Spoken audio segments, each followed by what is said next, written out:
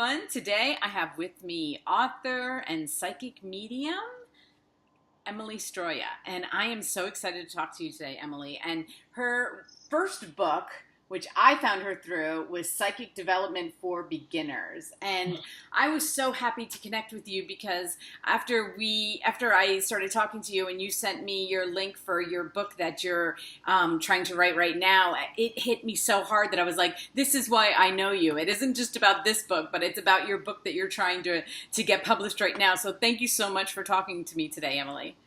Oh, thank you for having me. I love doing interviews and I love meeting new people and I love the power of the internet because it's so phenomenal, like how we just all connect with each other through this phenomenal technology. So yeah, thank you for Yeah, having me. right. And I'm always interested in, since I've been little, it started with astrology. Astrology was big I'm 52, when I was little in the 70s, like, you could get these little scrolls at the drugstore that would tell you your astrology. And I'm a Libra. And it was so weird because I loved being a Libra. Like, and then Uh, later on I learned, well, I love being a Libra because I kind of chose being a Libra. Like, I didn't understand why I was so connected to being a Libra. Like, but I loved it. And I would get my little scrolls and read about how my month was going to go. And, so it's always been like interesting to me in a weird way. And my path has gone, all kinds of different ways. But so when I saw this book, I wanted to get it because I've read everybody's book. I just absorb all the psychic development books. And what I love about this one, because at first I was like, but I don't feel like a beginner because I have read so many books. But you actually, like, I learned things. So everybody out there, if you think that you know, like, there's always stuff you don't know. And I think maybe that's why I'm always interested in the whole spiritual world, because it's a never ending, like I said, some person can give you one thing and then another person can give you, it's just like, it's never ending. yeah. So I read on your webpage that you also, as a little girl, like, that's when you decided that you had this Mm, gift. So I would like to hear about, like, your journey into figuring that out.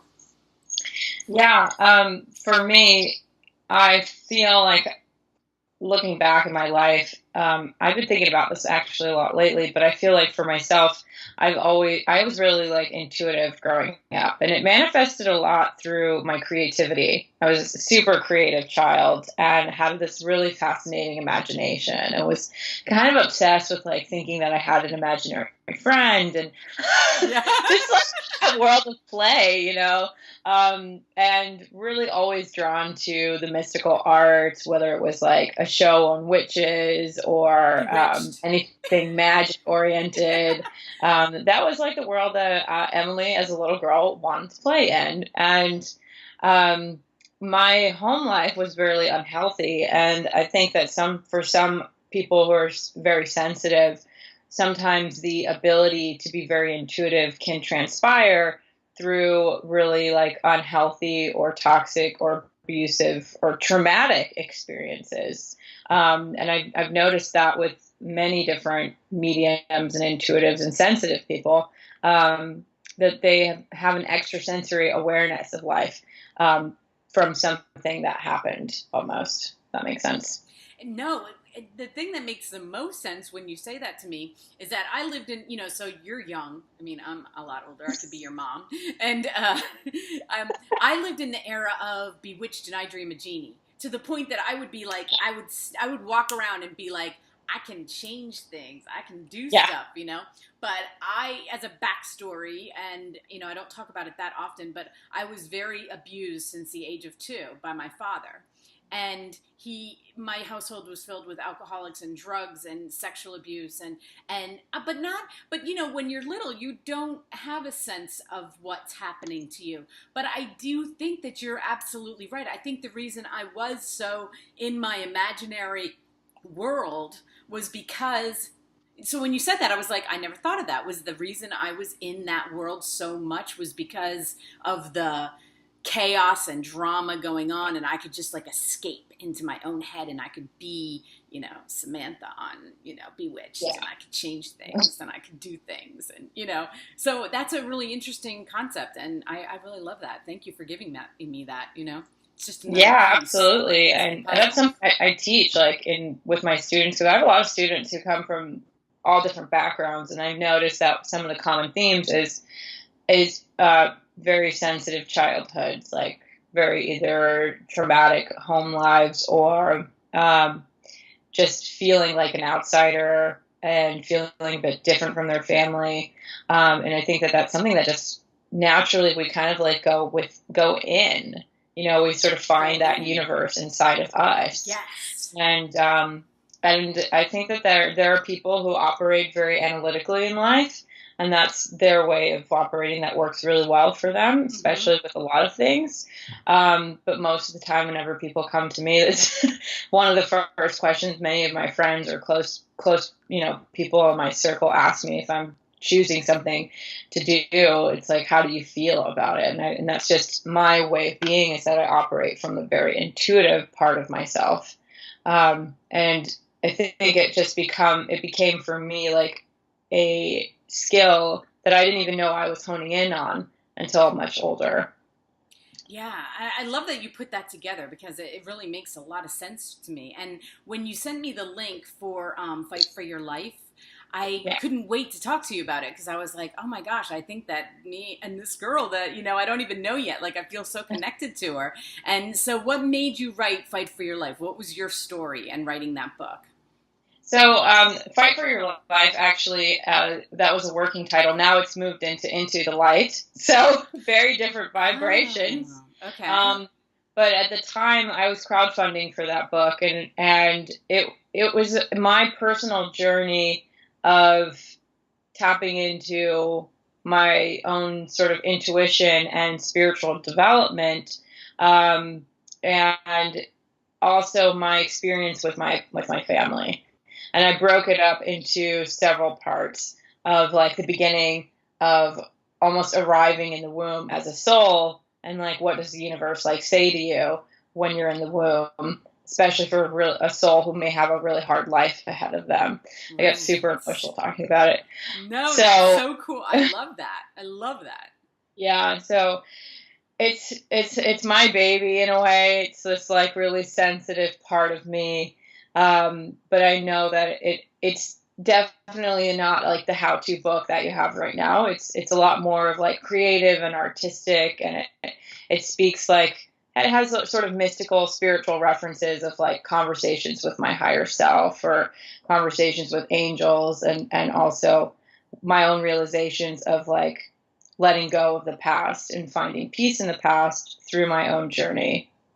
Oh, that's awesome. I remember, like, I feel like I have a brother who's 18 months younger than me. And, him and I have gone through all kinds of religious and, different things and read different stuff and we pass it back and forth. And a couple of years ago, he said to me, what do you think of the concept? Now, we were both born, my mom had both of us by the time she was 18. Or my Wow. parents had to get married because of having me. So they were young. My parents were very young. But he said, what do Wow. you think of the concept of the fact that we chose them? Can you, what do you think about that? And I was like, why would we do that? Oh God, yes. Yeah, I remember thinking the same thing. Like, what was in it for us on that one? Why wouldn't we pick, Uh, somebody else? But, and then he started me thinking and I started reading more about it. And I was like, you know what? It kind of resonated in a way because how do you make sense of chaos? yeah, You have to like kind of put it in a place of, there was something in it for me. Like, because if you think there wasn't, then what is the point? But there yeah, has to be something in it. And, so I went with that. yeah. Um, when I first started my spiritual journey of all of this stuff, like esoteric. One of the things I was really looking for peace for, like, was with my parents. Was really trying to like free myself of a lot of that trauma. And in my experience, one of the things that came up was like soul contracts and your soul Yes. family. Yes. This idea that the soul family is a family that I somehow, on another plane of existence, chose these people to be my teachers and guides for my life here. And at the time, because I was still holding a lot of resentment and Mm-hmm. really just like why would I do such a crazy thing? Like, you know? But looking at them, I mean, they're just two people who didn't have the skill set to be the most healthiest, nurturing people to themselves, and in turn also ended up having children. And so I can't blame them, for my life being a mess for so many years. Those were the actions that I had chose to do based on how I was feeling from the past and still healing from. So yeah, it's possible that we choose them. I think that there is a gravitational something about like the soul wanting to learn certain things on the earth plane, because one of it is to feel alive. Right. So one of them is to feel alive in the body and to feel this like whole vibrational energy of being here on the physical plane. And so we do that and we find freedom through the movement of the body. So we see that through a lot of healing through the body. But I think that there's a lot more to it when we kind of gravitate towards certain lessons, or we like replicate certain relationships over and over again, because we're really trying to learn the greatest lesson possibly of our lives on this time in wherever our journey is, and then maybe share it with somebody else, that it could be some sort of light for them in their own darkness. Right. Yeah. Well, no, and I always look at it like I had six. I gotta turn my ringer off. Sorry. I have 6 children, and when I went about to being a mom, I was like, okay, I'm gonna be anti her. I'm going to be the different, the completely different mom. And as my children were growing up, and now I have adult children, they will come back to me with things that like, well, remember when you said or did this and how wrong you were? And I was like, look, I didn't do drugs. I didn't drink. I didn't abuse you. Like, can we just give me points here? Like, because I think that's it. We think that our experience was, I think, well, if I did better, right? Like they should be happy. Like they should be thanking me for not doing to them what I had done. But since they don't know, okay, they don't know that I didn't, they don't know the other, okay? So they can't be grateful for something that they don't know. They only know what I did. So it's like, and just like with my parents, it's like they probably thought they did better than their parents. And so when it comes to parenting, I can forgive them. They are both past now, and I can forgive them. And I'm 52 and it's been a long journey, but I can look at them as humans that came here with what they came here with, and they did the best that they could, and they were young, and there is no book on how to be a parent, that there's no instruction manual that's like, this is what you're going to do. I think they did the best they could, and just like your parents. But that's how we also move on spiritually, don't you think, is that if we can forgive them, we are moving up that, because that might have been one of the things we did come here to do, was to be able to forgive that, Yeah. I agree. Is there like an echo? I don't have one, but yeah, okay. Do you have an echo? Who's echoing, me or you? I don't know. Okay. Oh, it's gone now. Okay. That's just them chiming in. No worries. Yeah, sure. It's like, yeah, woo! I was like, I lost my train of thought for a second. We were talking about about forgiveness. Yeah, absolutely. I think forgiveness is like powerful. It's not just about like, oh, I forgive you. It's like I forgive myself, because you know what? I also acted like somebody that I didn't want to be like. Right. Somewhere in my lifespan. I'm not here walking the earth perfectly, and you guys both like did this stuff to me. So it's almost like you take back your power, in the sense that you also take responsibility for your own actions as a human here. And it just really, it's so important to do that, because I think that for the longest time I spent my time like blaming them, like, oh my God, when are you guys going to wake up and change? Like, get the program. And then I was like, okay, that's such an unfair like thought for me to have, because for me to really want that would mean that they would want that too. And right now they don't see anything wrong with their way of being. So I have to practice acceptance and forgiveness and trust that that's their journey. But it's not up to me to decide or make them wrong for it. It's just for me to practice the art of forgiveness, because there is no other way the story can go. It is what it is. The And only thing that changes is my way of being after the story. And I give you so much credit to understand that at your age because, like I said, it took me a very long time. And my dad passed away in 1988, and my mom lived until 2011. And I Wow. pretty much tortured her because even though he was the abuser, she also was a drug addict and alcoholic. And I used a lot of my anger because he didn't stick around long enough. A lot of it came to her, and she took a lot of it. And after she passed away, you kind of look back and go, right, like you said, like what was my part in what was I getting from it by torturing her with her junk? Yeah. And like you have to understand that you also, because as if you want to call us victims, because everybody does like to say that, I don't look at myself as like that anymore, but other people do.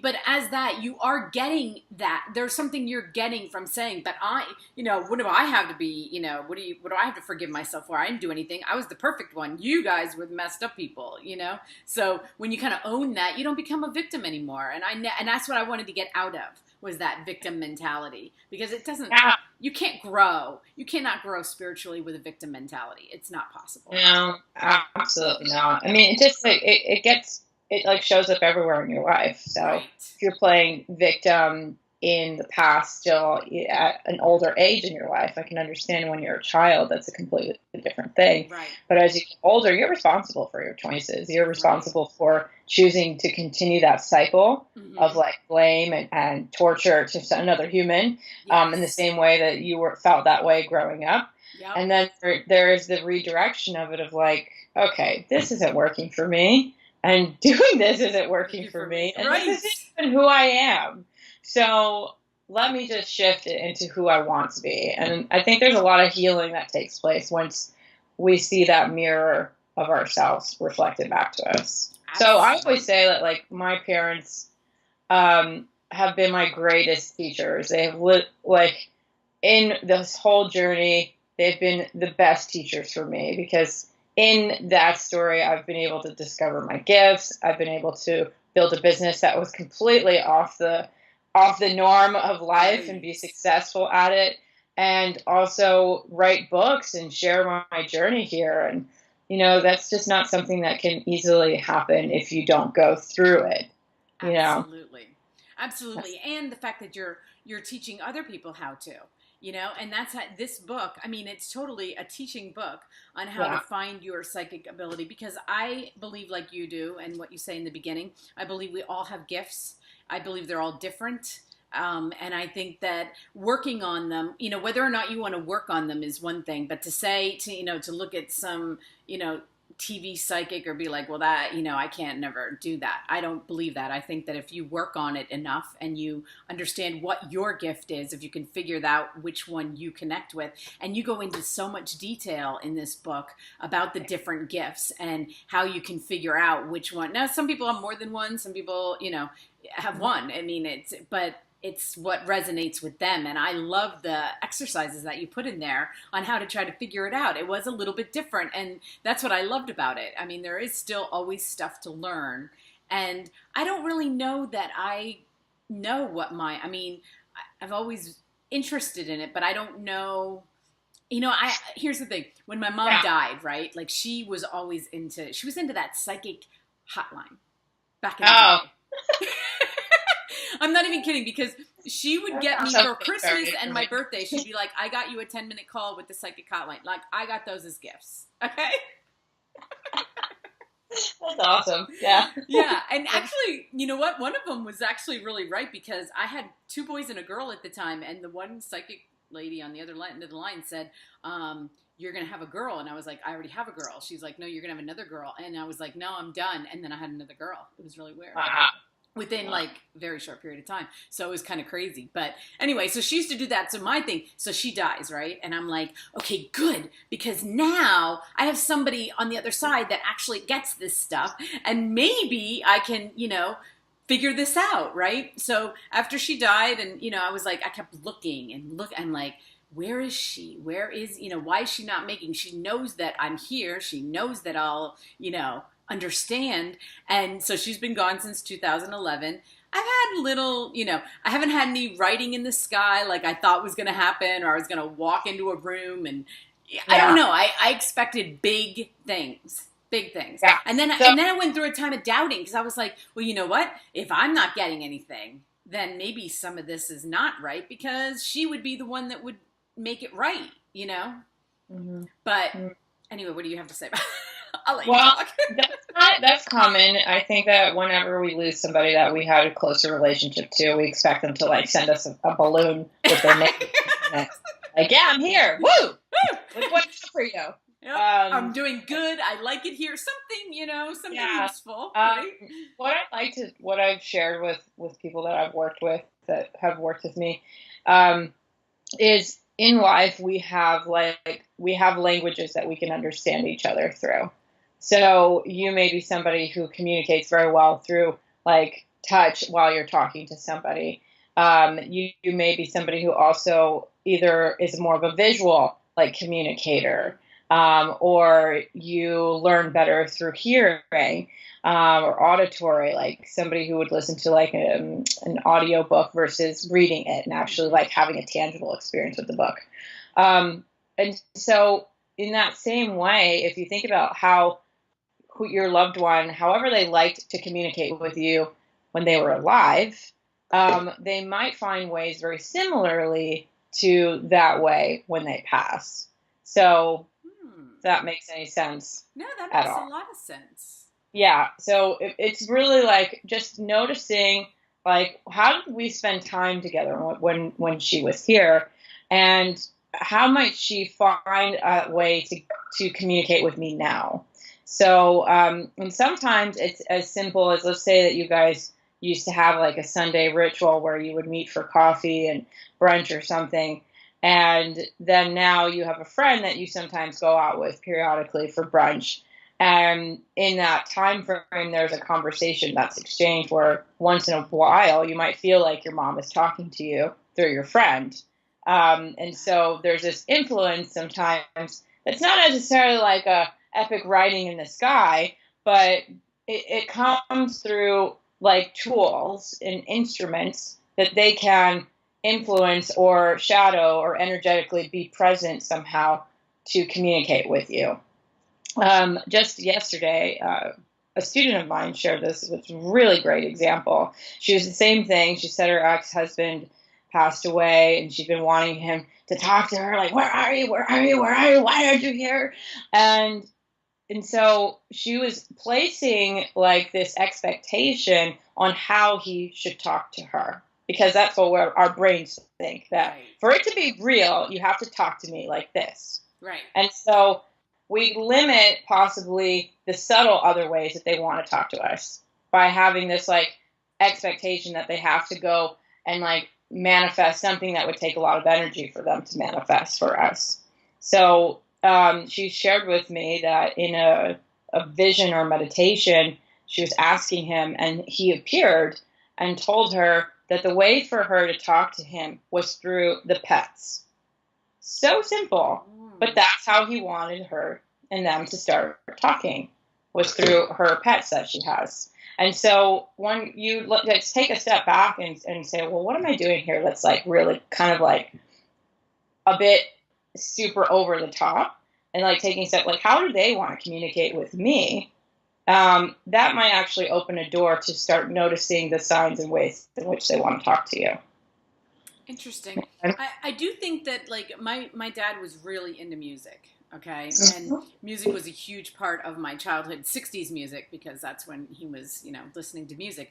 And if I get in the car and I turn on the radio or Sirius or whatever, and up pops a song that I can hear him singing because he sang, and I do feel like something. I feel like I can still hear him, like because he's been gone for so long. I don't naturally hear his voice anymore. But if I hear a song, I can hear him singing the song, and then I always think, well, maybe that's his way of checking in. Like, and it may start out like it's kind of like, what I like to say is that you are the medium of this relationship. Like, you are the translator of the language. Now you are learning a new language and how to talk to each other. So it's like, okay, I'm over here, and so we're like learning a new code to talk to each other through. And so as you start associating certain signs with them, becomes easier for like that connection to be more free flowing. And then there's that. So then the song may change to something else. He might start appearing in an auditory way, like in your dream, and where you actually hear his voice next. But it's about really like starting to acknowledge those little doors or little windows that are opening up, and then kind of bringing that code into your mindset, even if it sounds really irrational and completely illogical, because what we're talking about is, it's just noticing it and then letting that be what it is without attaching, like, well, how do I know if it's really real? Like, give me something else, you know? Mm-hmm. And so it's very well possible that they will like impress themselves in your life in a super, super intense way that will feel extremely real. But it's also about noticing how they're choosing to talk to you. What are the themes in this like connection that you're building with them in the beginning stages, at least? And then you can, it's interesting. My daughter, who was very close with my mom, one time she told me that whenever she sees a butterfly, she thinks of my mom, right? And I was like, that's cute, whatever. But it helped her, okay? So one time her son stepped in a red ant pile. And she was sitting on a curb holding him like he was screaming and getting the ants off. And she said all of a sudden, like 5 butterflies surrounded them. And she was like, I felt like that was her saying she was there or whatever. And I'm getting emotional saying this, but anyway, it's like since she opened that door, do you think that is, because that's what I was thinking of when you said that. I was like, well, maybe she started that and then it opened the door for that. Yeah, absolutely. I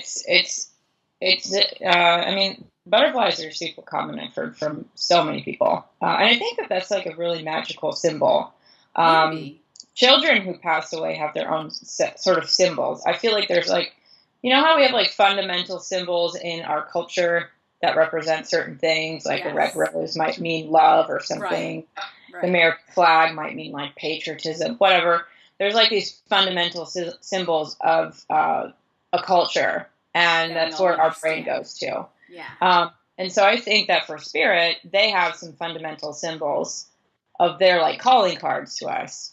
And it makes sense with using like butterflies and things that move or that fly in the sky, because they kind of are ways to catch our attention rather than like looking down and you don't really see much on the ground. Sometimes you do, maybe a penny, but that's what I mean is I think that they have fundamental symbols for things that are like basic ones. And then those might be like little door openers for other symbols to come forward. And so it's really fascinating. Like just the other day, I think I was talking with a client, and sometimes I get super blown away by it, because it's always good to have a sense of skepticism. Even like doing this 7 or 8 years later, I still have my own skepticism with spirit. Like, yeah, show me. So one of the sessions with my client, her mother was coming forward, and she was telling me, like I could hear her say this to me, talk about the squash. And I was like, what? That sounds completely ridiculous. Like, I'm going to talk about squash? That so out there. Right. And so I told my client, I said, this might sound really weird. I'm even hesitant to say it, but I'm hearing your mom tell me to talk about squash with you. And she just like bust out laughing. She's like, oh my God. My mother was a diabetic, and so she had certain things that she couldn't eat, and one of the things that she used to make all the time was spaghetti squash, and everybody loved it.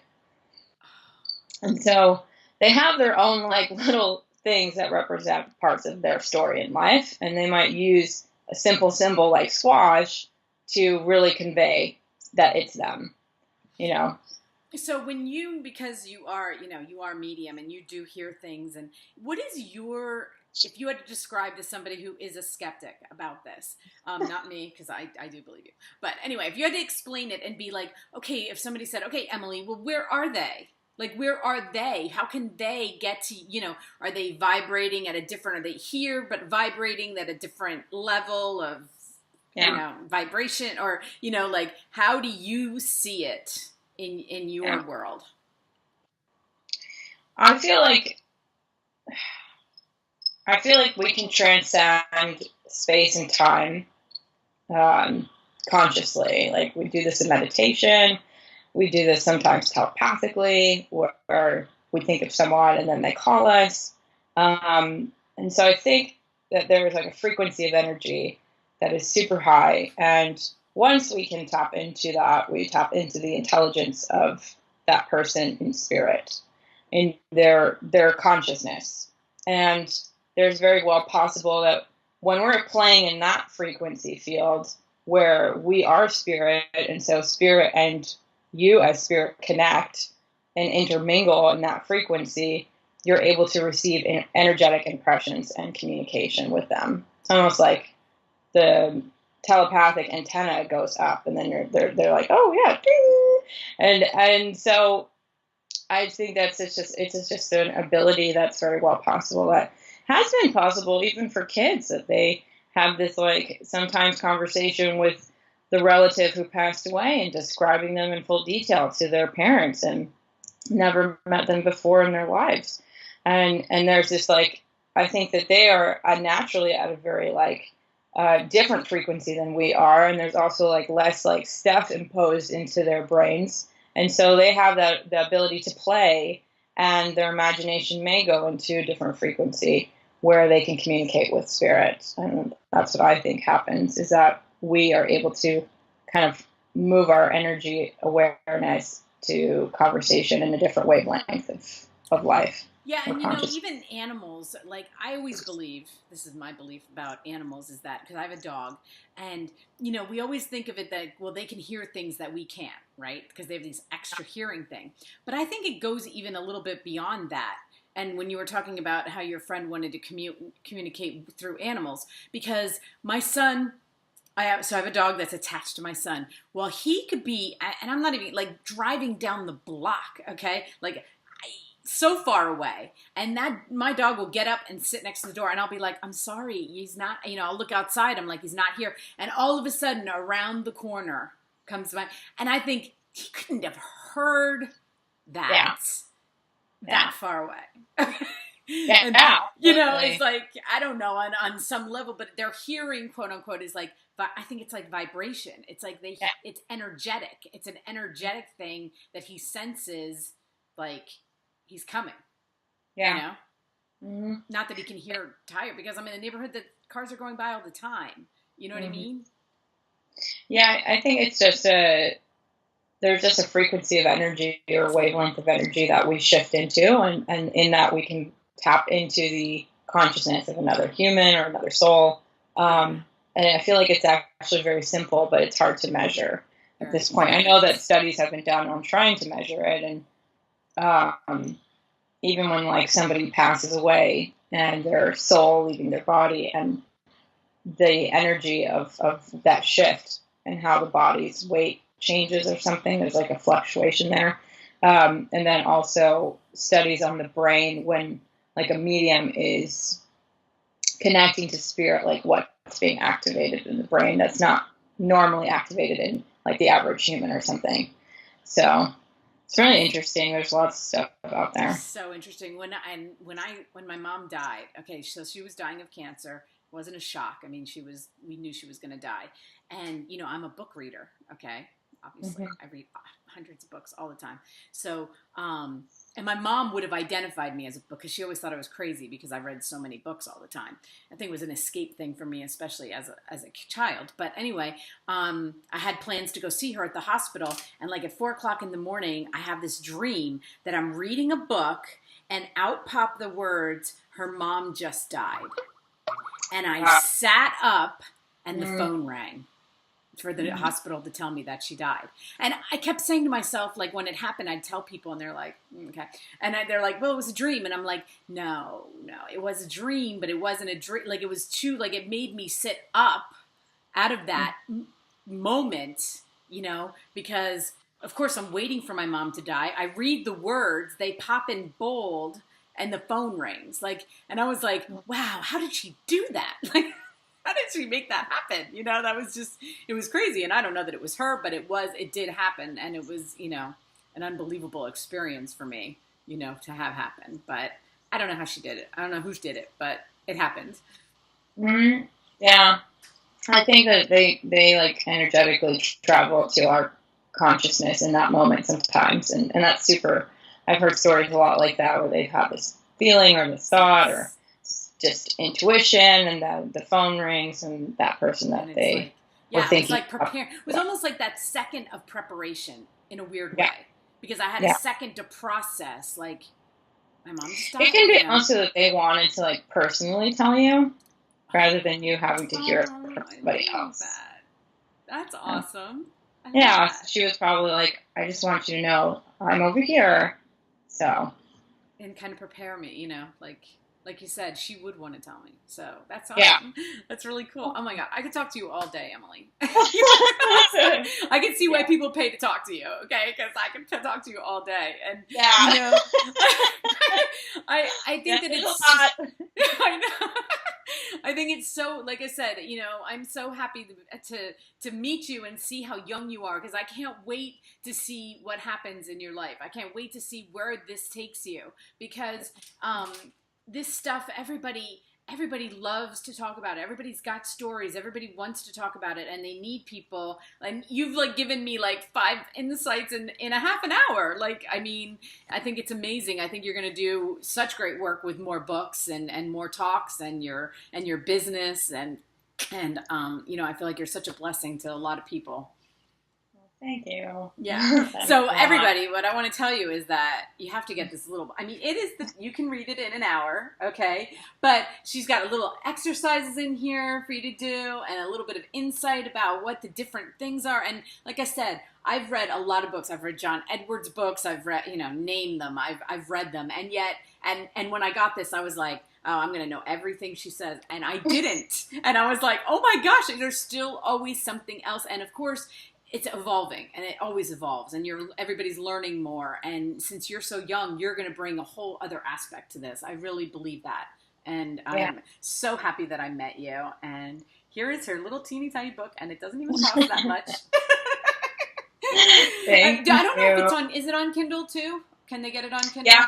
Yeah. Mm-hmm. Yeah. Okay. It's good. It's actually, I think it's really nice to read on a Kindle Yeah. because it isn't very long, but you have access to like read it all the time. And Yeah. so I mean, it I was like the nice for hardcover books. because I knew I was going to meet you, so I wanted to show everybody. But I absolutely suggest buying this on Kindle too because I do like having them right there. So you're in an airport and you can just go through your Kindle list and be like, oh, I get to, you know, I want to reread that, or you know, you always have it. So I do think you should do that. So thank you so much, Emily. I mean, everybody, her links are going to be below, and you can get to her, and you can talk to Emily too. And you've got classes, and you know, it's all kinds of stuff on your website for everybody.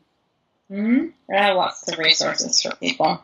Yes, lots of resources. I love your website, and good luck with your book. Keep me updated, please, Well, on your new book. And you know, I want to hear all about it. And I don't know, is there a crowdfunding going for it now that it's got a new? So that campaign's ended. I'm going to launch like a different like pre-order page for Okay, just good. people who are following me, so they're not on a crowdfunding platform.